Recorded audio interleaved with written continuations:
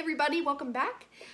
Something I personally work on every day is flexibility, and it's something that I think is really important for every trumpet player to make sure they are getting in their daily routine. So I'm going to show you some exercises that have helped me in my daily practice and might help you as well as diving a little bit deeper into what flexibility is and different ways that you can approach it for your personal embouchure and way of playing. As I said, flexibility is one of the most valuable things to master because it helps in so many other aspects of your playing, like range and tone and endurance as well. So it's a great foundational tool. As I said, I am still working on this every day, so we're gonna learn together.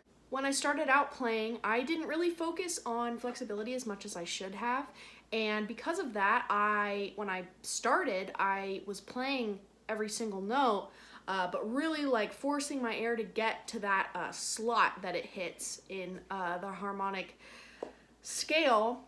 So yeah, I was just working too hard, and because of that, too slow. I couldn't get through exercises as efficiently as possible. If you think about a piano, it's much harder to plunk out all the notes, kind of like I was doing on the trumpet individually, rather than just, running your finger across the piano where it goes brrrr.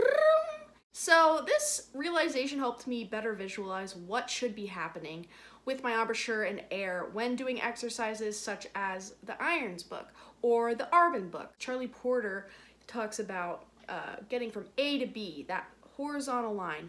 Thinking about it like that rather than like really, trying to reach, the high note of the exercise or the peak of the exercise, and really just using your air to go through it.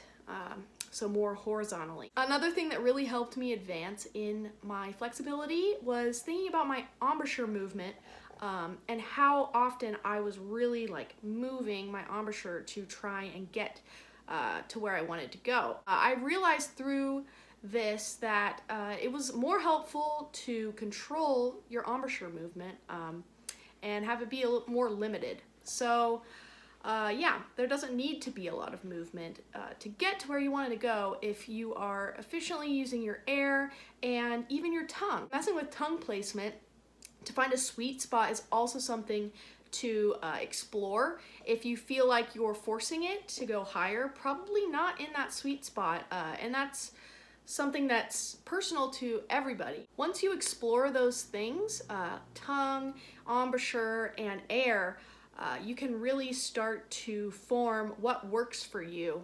If we work on that relationship between those things, we get a more balanced sound through the exercises. Another thing to think about when you are working on your flexibility is how much air you are giving different notes at different ranges. So lower notes need a bigger volume of air than higher notes do. So really starting, let's do C to G. And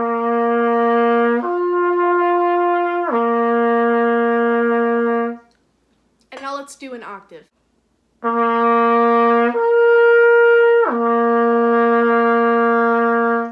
So one of the things that I use in my daily practice and I'm going to feature on this video is Endurance Builders by Chris Coletti. And I do study with him, but that is not why they are incorporated into my practice sessions.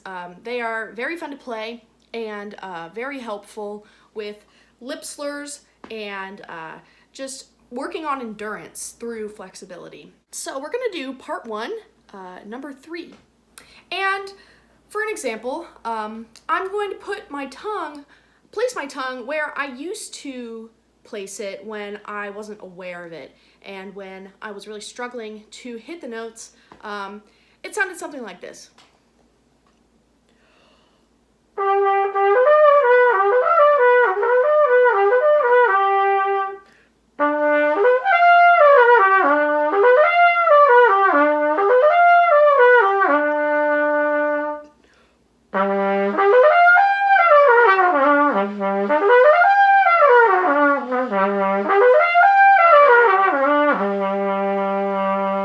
So obviously I was really trying trying to hit those slots, not really using my air efficiently either to get there. All of my air was also being put into getting up to the high notes instead of going down to the lower register, which is something that needs to be flipped for me, and I think for a lot of people that have that struggle of using air properly. And this time, my tongue, personally, my tongue was up a little higher, just kind of like up there. And I realized that if my tongue is lowered, I have a faster stream of air and it is more even across the board.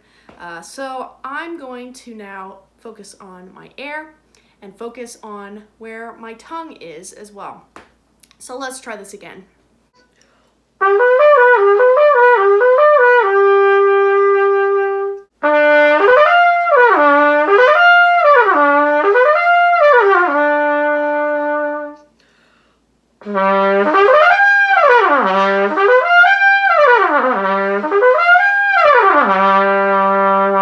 So although that example wasn't perfect, it is a lot better than where I started, and a lot better because of how I was focused on my air and my tongue and where that sweet spot is, which is personal to everyone. So I just want to encourage you through this video to explore those different aspects of flexibility and to not be discouraged. Just keep working on it.